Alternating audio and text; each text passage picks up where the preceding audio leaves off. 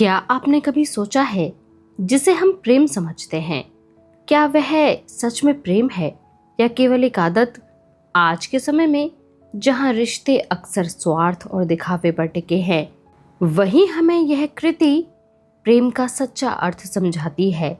आध्यात्मिक संबंध के माध्यम से यह बताती है कि प्रेम केवल किसी व्यक्ति को पाने का नाम नहीं, बल्कि स्वयं को समझने और ईश्वर से जुड़ने की एक यात्रा है।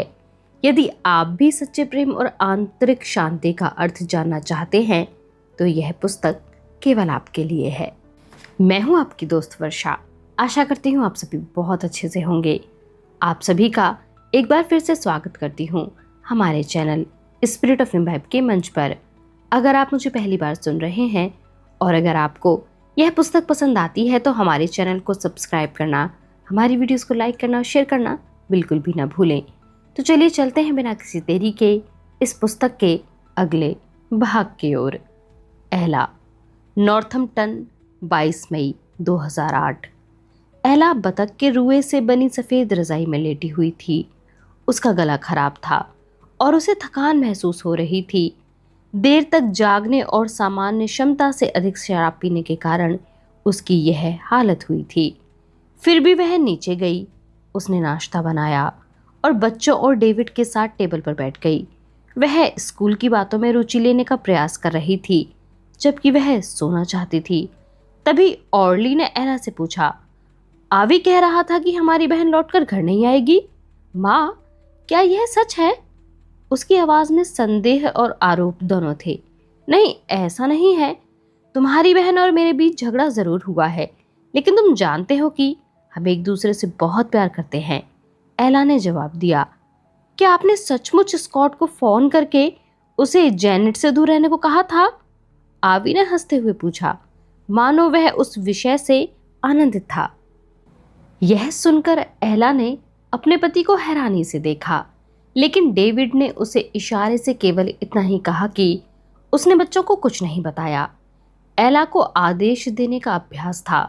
उसने उसी अंदाज में कहा, यह ठीक नहीं है। मैंने स्कॉट से बात जरूर की थी, लेकिन उसे तुम्हारी बहन को छोड़ने को नहीं कहा था। मैंने केवल यह कहा था कि उन्हें शादी के लिए जल्दी नहीं करनी चाहिए। तभी ऑर्ली बोली, मैं कभी शादी नहीं करूंगी। हाँ, जैसे हर लड़का तुम्हें अपनी पत्नी बनाना चाहता है। आवी ने तुरंत उसकी बात को काटा। एला दोनों बच्चों की छेड़खानी को सुन रही थी। अचानक उसके चेहरे पर घबराहट भरी मुस्कान आ गई। उसे इसका कारण नहीं पता था। एला ने मुस्कान को दबा लिया, फिर भी वह उसकी त्वचा के नीचे मौजूद थी। इसके बाद एक एक करके सब लोग अपने काम पर चले गए। एला लौटकर टेबल पर बैठ गई। इसके बाद ही उसकी मुस्कुराहट खत्म हुई। रसोई घर को देखकर लगता था कि चूहों की सेना ने वहां हमला कर दिया था। आधे खाकर छोड़े हुए अंडे, आधा छोड़ा खाना, गंदे कप सब फैले हुए थे। एला का कुत्ता इधर उधर घूम रहा था।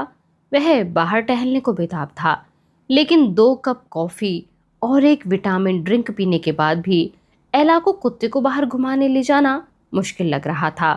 एला घूम कर आई तो उसने देखा कि टेलीफोन मशीन पर लाल बत्ती जल रही थी। उसने बटन दबाया तो उसे सुनकर एला को बहुत खुशी हुई। उसने जेनेट की मीठी और मधुर आवाज़ सुनी, माँ, क्या तुम घर पर हो? शायद नहीं, वरना फ़ोन ज़रूर उठाती। जेनेट ने हंसकर कहा, अच्छा सुनो, मुझे आप पर इतना गुस्सा था कि मैं दोबारा आपको देखना भी नहीं चाहती थी, लेकिन मेरा मूड अब ठीक है। मेरा मतलब है, आपने जो किया वह गलत था। आपको स्कॉट को फ़ोन नहीं करना चाहिए था, लेकिन मुझे समझ में आ गया है कि आपने ऐसा क्यों किया। आपको हर समय इस तरह का सुरक्षा कवच देने की ज़रूरत नहीं है। मैं अब छोटी बच्ची नहीं हूँ जिसे किसी इंक्यूबेटर में बंद करके रखने की ज़रूरत है। मुझ पर इतना ध्यान मत दिया करो। मुझे अपने ढंग से जीने दो, ठीक है? यह सुनकर एला की आंखों में आंसू आ गए। उसके सामने जेनेट की बचपन की छवि उभर आई। उसकी त्वचा लाल, छोटी छोटी उंगलियां पारदर्शी लग रही थीं। उसके फेफड़ों में सांस लेने की नली लगी थी। वह समय से पहले पैदा हो गई थी। एला कई बार रातों को उठकर उसे देखती थी। माँ, एक बात और, जेनेट ने कहा, मैं आपसे बहुत प्यार करती हूँ। यह सुनकर एला के मुंह से गहरी सांस निकली उसे अचानक अजीज का ईमेल याद आ गया। ईश्वर ने उसकी इच्छा पूरी कर दी थी। घर पर फोन करके जेनेट ने अपनी भूमिका निभा दी थी। अब शेष काम एला को करना था। उसने अपनी बेटी को फोन किया। जेनेट उस समय लाइब्रेरी के रास्ते में थी। बेटी, मुझे तुम्हारा मैसेज मिल गया है, मुझे माफ कर दो, मुझे ऐसा नहीं करना चाहिए था। उधर से कोई आवाज नहीं आई। फिर अचानक जेनेट बोली, कोई बात नहीं माँ, सब ठीक है। नहीं, ठीक नहीं है, मुझे तुम्हारी भावनाओं की कद्र करनी चाहिए। अब इस बात को छोड़ देते हैं। जेनेट ने कहा, हाँ तुम ठीक कहती हो बेटा। इसके बाद जेनेट ने बहुत धीमे से अपनी माँ से पूछा, आपने उस दिन जो कहा उसे सुनकर मुझे बहुत चिंता हो रही है। मेरा मतलब, क्या यह सही है कि आप सचमुच खुश नहीं हो? अरे नहीं, ऐसा कुछ नहीं है, एला ने जवाब दिया। मैंने 3 प्यारे बच्चों को बड़ा किया है, मैं खुश क्यों नहीं हूं? परंतु जेनेट को एला की बात पर विश्वास नहीं हुआ। मेरा मतलब है डैडी के साथ। एला को समझ नहीं आया कि वह जेनेट से क्या कहे। उसने सच बोल दिया, मेरे और तुम्हारे पिता की शादी को बहुत समय बीत गया है। इतने सालों के बाद प्यार को कायम रखना बड़ा मुश्किल होता है। मैं समझ सकती हूँ, जेनेट ने कहा। एला को लगा कि जेनेट सचमुच उसकी बात समझ रही थी। फिर फोन काटने के बाद एला इस विषय में सोचने लगी। वह अंदर से कितनी परेशान और व्याकुल थी। वह सोच रही थी कि क्या उसे दोबारा जीवन में प्रेम का अनुभव होगा। तेजी से घूमती हुई इस दुनिया में जो लोग तर्क या अर्थ ढूंढते हैं, शायद प्रेम उन्हीं के लिए होता है। लेकिन उनका क्या, जिन्होंने इस तलाश को बहुत पहले छोड़ दिया है। दिन खत्म होने से पहले एला ने अजीज को एक ईमेल लिखा, प्रिय अजीज, अगर यह कहने की अनुमति हो, आपके उदार और विनम्र जवाब के लिए शुक्रिया। मुझे अपने पारिवारिक संकट से निपटने में बहुत सहायता मिली। मेरी बेटी और मेरे बीच गलतफहमी दूर हो गई है। आप ही ने इसे गलतफहमी का नाम दिया था। आपकी एक बात बिल्कुल ठीक है, मैं सचमुच 2 विपरीत सिरों पर रहती हूँ। कभी मुझे बहुत गुस्सा आ जाता है तो कभी मैं बिल्कुल शांत हो जाती हूँ। मैं अपने घर वालों और प्रियजनों के जीवन में ज़रूरत से ज़्यादा दखल देती हूँ, या मैं उनकी हरकतों को देखकर असहाय महसूस करती हूँ। मुझे यह मानने में संकोच नहीं है कि मैंने ऐसा शांतिपूर्वक समर्पण कभी महसूस नहीं किया जिसके बारे में आपने मुझे लिखा था। सच कहूँ तो मुझे नहीं पता कि मुझ में सूफी बनने जैसा कोई गुण है या नहीं, लेकिन मुझे यह बात माननी पड़ेगी कि मेरे और जेनेट का संबंध मुझे तभी समझ में आया जब मैंने इच्छा करना या उसकी बातों में हस्तक्षेप करना छोड़ दिया। मैं आपको धन्यवाद देना चाहती हूँ। मैं भी आपके लिए प्रार्थना करना चाहती थी, लेकिन मुझे भगवान का द्वार खटखटाए इतना समय बीत चुका है कि मुझे मालूम ही नहीं कि वह उसी जगह रहता है या नहीं। माफ कीजिए, क्या मैं आपकी कहानी के उस सराय मालिक की तरह बात कर रही हूँ? चिंता मत कीजिए, मैं इतनी बुरी भी नहीं हूँ। अभी तक तो नहीं। हाँ, अभी तक तो नहीं। नॉर्थम्पटन से आपकी दोस्त एला। खत, बगदाद से कैसरी, 29 सितंबर 1243। बिस्मिल्लाहिर्रहमानिर्रहीम। भाई सैयद बुरहानुद्दीन, खुदा तुम्हें शांति, दया और आशीर्वाद प्रदान करे। मुझे तुम्हारी चिट्ठी मिली, बहुत अच्छा लगा और यह जानकर खुशी हुई कि तुम हमेशा की तरह आज भी प्रेम के पथ पर समर्पित हो। लेकिन तुम्हारी चिट्ठी ने मुझे दुविधा में डाल दिया है। मुझे जैसे ही पता लगा कि तुम्हें रूमी के लिए एक दोस्त की तलाश है तो मैं समझ गया कि तुम किसकी बात कर रहे हो। लेकिन मुझे यह नहीं पता था कि मुझे इसके बाद क्या करना है। मेरी सराय में एक फकीर है, उसका नाम शम्स तबरेज है और वह खत में तुम्हारे दिए विवरण जैसा ही है। शम्स का मानना है कि वह दुनिया में एक खास मकसद से आया है और इसकी पूर्ति के लिए वह किसी योग्य व्यक्ति को अपना ज्ञान सौंपना चाहता है। उसे शिष्य या विद्यार्थी की तलाश नहीं है, बल्कि वह खुदा से अपने लिए एक मित्र चाहता है। उसने एक बार मुझसे कहा था कि वह आम लोगों के लिए इस धरती पर नहीं आया है, वह उन लोगों को थामने के लिए आया है जो इस संसार को सत्य के मार्ग पर ले जाते हैं। मुझे तुम्हारा खत मिला तो मैं समझ गया कि शम्स का रूमी से मिलना तय है। फिर भी मैं चाहता था कि सभी को बराबर मौका मिले। इसलिए मैंने सबको बुलाकर केवल इतना कहा कि एक विद्वान व्यक्ति से मिलकर उसके दिल की परतों को खोलना है। हालांकि कुछ अन्य लोग भी इस काम के लिए तैयार थे, लेकिन खतरों के बारे में सुनकर केवल शम्स में उस काम को करने की लगन कायम रही। यह पिछली सर्दी की रात है। फिर मैंने यह सारी प्रक्रिया दोबारा बसंत में, फिर शरद ऋतु में दोहराई।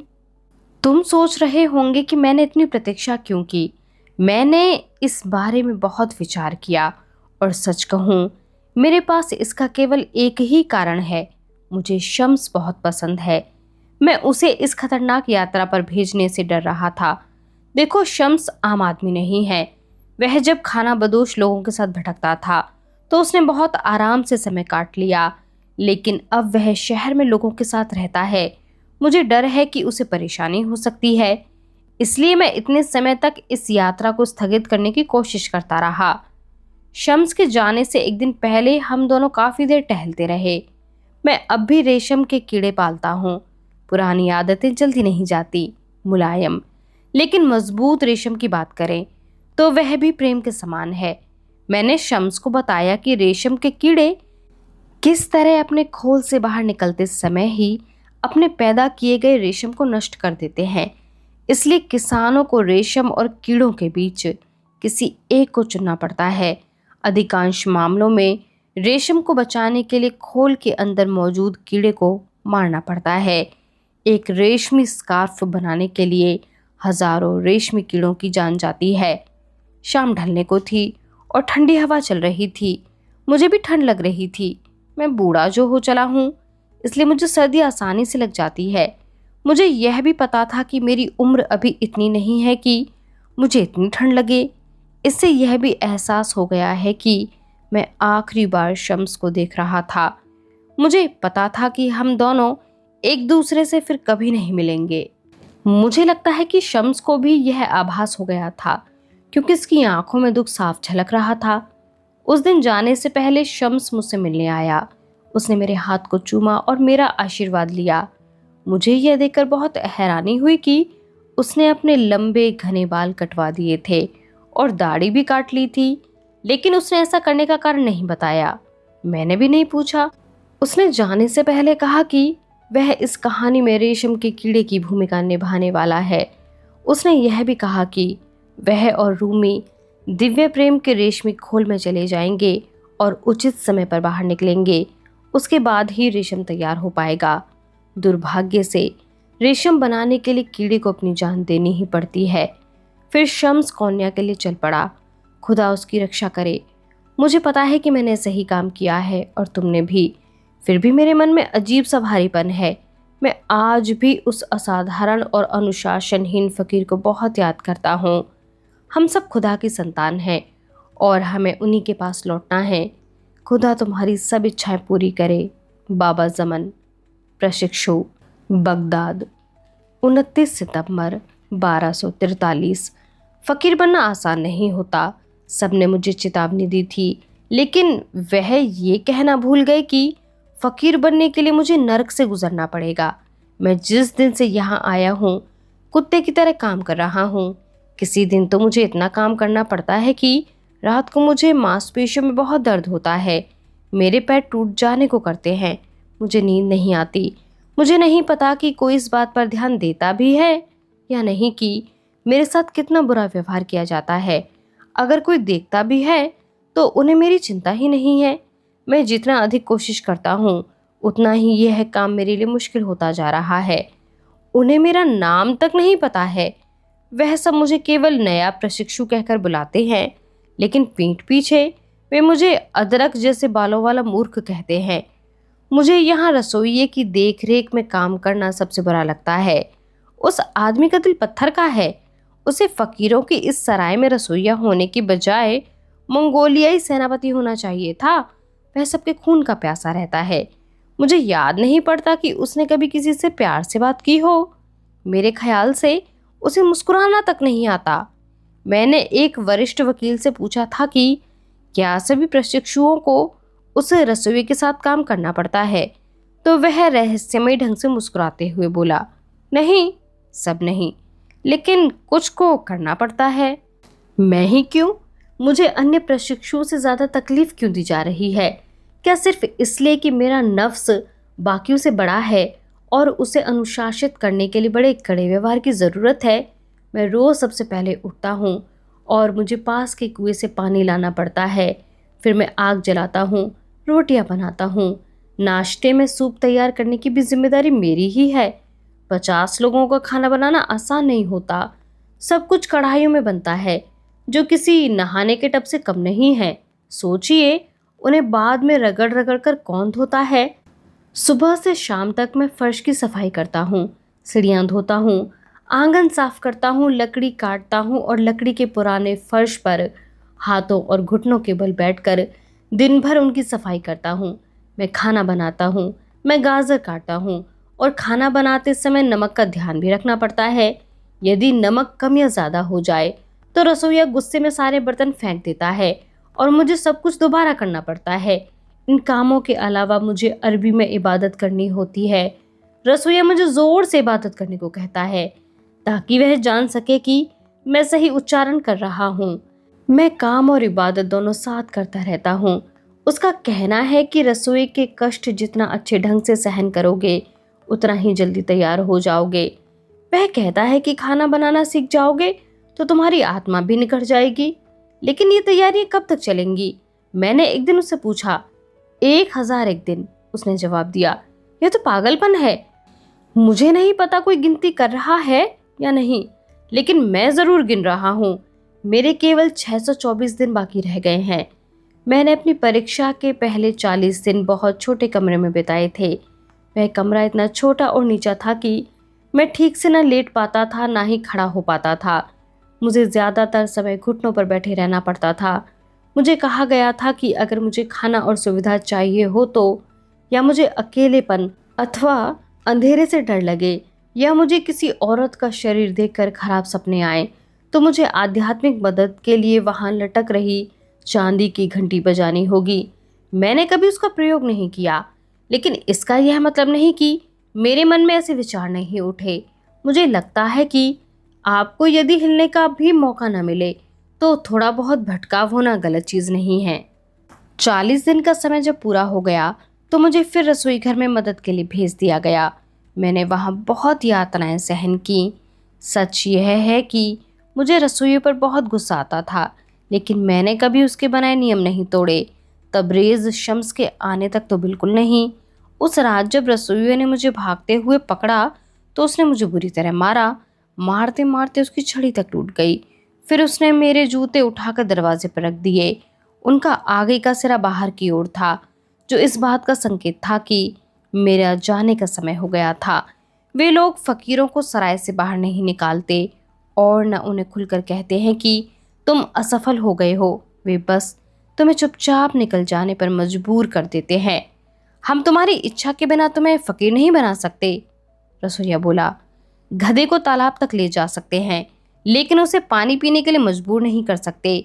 यह काम गधे को खुद करना पड़ता है। इसका कोई तरीका नहीं है। उसकी बात से यह स्पष्ट हो गया कि वह मुझे गधा समझता था। सच कहूँ, यदि मेरी मुलाकात शम्स तबरेज़ से न होती तो मैं वह जगह बहुत पहले छोड़ देता, लेकिन उस आदमी के बारे में मेरी उत्सुकता ने मुझे रोके रखा।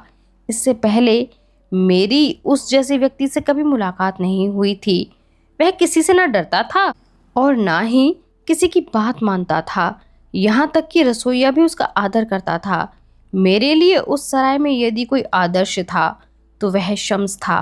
मुझे उसका आकर्षण, उसकी सौम्यता बहुत पसंद थी। मुझे वह बूढ़ा गुरु बिल्कुल पसंद नहीं था। हाँ, तबरेज़ ही मेरा हीरो था। उसे देखने के बाद मैंने तय किया कि मैं कमज़ोर फ़कीर नहीं बनूंगा।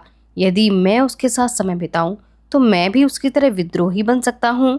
एक दिन मौसम बदला तो मुझे पता लगा कि शम्स जाने वाला है। मैंने भी उसके साथ जाने का फैसला कर लिया। मैं निश्चय करके बाबा ज़मन के पास पहुंचा। वह किताब पढ़ रहे थे। तुम्हें क्या चाहिए? उन्होंने मुझसे पूछा। उनके चेहरे पर थकान थी। मैंने कहा, मुझे पता लगा है कि शम्स यहाँ से जाने वाला है। मैं भी उसके साथ जाना चाहता हूँ। उसे शायद रास्ते में मदद की ज़रूरत पड़ेगी। गुरु ने संदेह की दृष्टि से देखा और फिर कहा, मुझे नहीं पता था कि तुम्हें शम्स की इतनी परवाह है। कहीं ऐसा तो नहीं है कि तुम रसोई के काम से बचने के लिए बहाना ढूंढ रहे हो? तुम्हारा प्रशिक्षण भी पूरा नहीं हुआ है, तुम्हें अभी फकीर नहीं कहा जा सकता। शम्स जैसे व्यक्ति के साथ यात्रा पर जाना भी मेरे प्रशिक्षण का हिस्सा होगा, मैंने सुझाव दिया। मैं जानता था कि यह बात मुझे नहीं कहनी चाहिए थी, फिर भी मैंने किसी तरह कह दी। गुरु ने नजर नीची की और फिर वह सोच में डूब गए। उनकी चुप्पी बहुत लंबी थी। मुझे विश्वास था कि वह मेरी धृष्टता के लिए मुझे डांटेंगे और फिर रसोइये को मुझ पर कड़ी नजर रखने को कहेंगे, लेकिन ऐसा कुछ नहीं हुआ। उन्होंने मुझे निराशा भरी दृष्टि से देखा और फिर सिर हिला दिया। बच्चे, तुम शायद इस लड़ाई के लिए नहीं बने हो। वैसे भी इस मार्ग पर आगे बढ़ने वाले 7 प्रशिक्षुओं में से केवल एक ही शेष रह जाता है। मेरा मानना है कि तुम फकीर नहीं बन सकते। तुम्हें अपना ठिकाना कहीं और देखना चाहिए। जहां तक शम्स के लिए यात्रा पर जाने की बात है, तो इसके लिए तुम्हें उसी से पूछना होगा। यह कहकर बाबा जमन ने बात को विनम्र तरीके से खत्म कर दिया। फिर वह दोबारा किताब पढ़ने में व्यस्त हो गए। मुझे यह सुनकर बहुत दुख हुआ। मेरे अंदर हीन भावना पैदा हो गई थी। फिर भी मैं हैरान था कि मुझे हल्का महसूस हो रहा था। शम्स, बगदाद, 30 सितंबर 1243। मैं तेज हवाओं का सामना करता हुआ अपने घोड़े पर सुबह होते ही निकल पड़ा। मैंने केवल एक बार पीछे मुड़कर देखा। फकीरों की वह सराय मलबरी वृक्षों और झाड़ियों के बीच पक्षी के घोंसले सी छिप गई थी। एक पल के लिए मेरे दिमाग में बाबा जमन का थका हुआ चेहरा उभरा।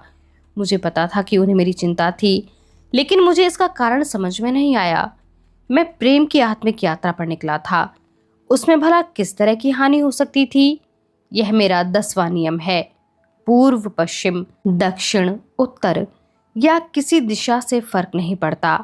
आपकी मंजिल क्या है, इससे भी कुछ नहीं होता। केवल इतना ध्यान रखना चाहिए कि हमारी हर यात्रा अंदर की ओर जाने वाली यात्रा हो। अगर आप भीतर की यात्रा करते हैं तो आप सारी दुनिया और उसके पार भी घूम सकते हैं। हालांकि मैंने रास्ते में आने वाली कठिनाइयों का अनुमान लगा लिया था, लेकिन मुझे उसकी चिंता नहीं थी। मैंने सोच लिया था कि मैं अपनी नियति को स्वीकार करूंगा। सूफी होने के नाते मुझे फूल के साथ कांटों को भी स्वीकार करने का प्रशिक्षण मिला था। मुझे सौंदर्य के बीच परेशानियां देखने की आदत थी। यहाँ से दूसरा नियम निकलता है। दाई जानती है कि अगर पीड़ा ना हो तो शिशु के बाहर आने का रास्ता नहीं खुलता और माँ बच्चे को जन्म नहीं दे सकती। इसी तरह खुद को पहचानने के लिए कठिनाइयां सहनी बहुत ज़रूरी है। जिस तरह मिट्टी को पकाने के लिए गर्मी चाहिए, उसी तरह प्रेम भी पीड़ा सहने के बाद ही पुष्ट होता है।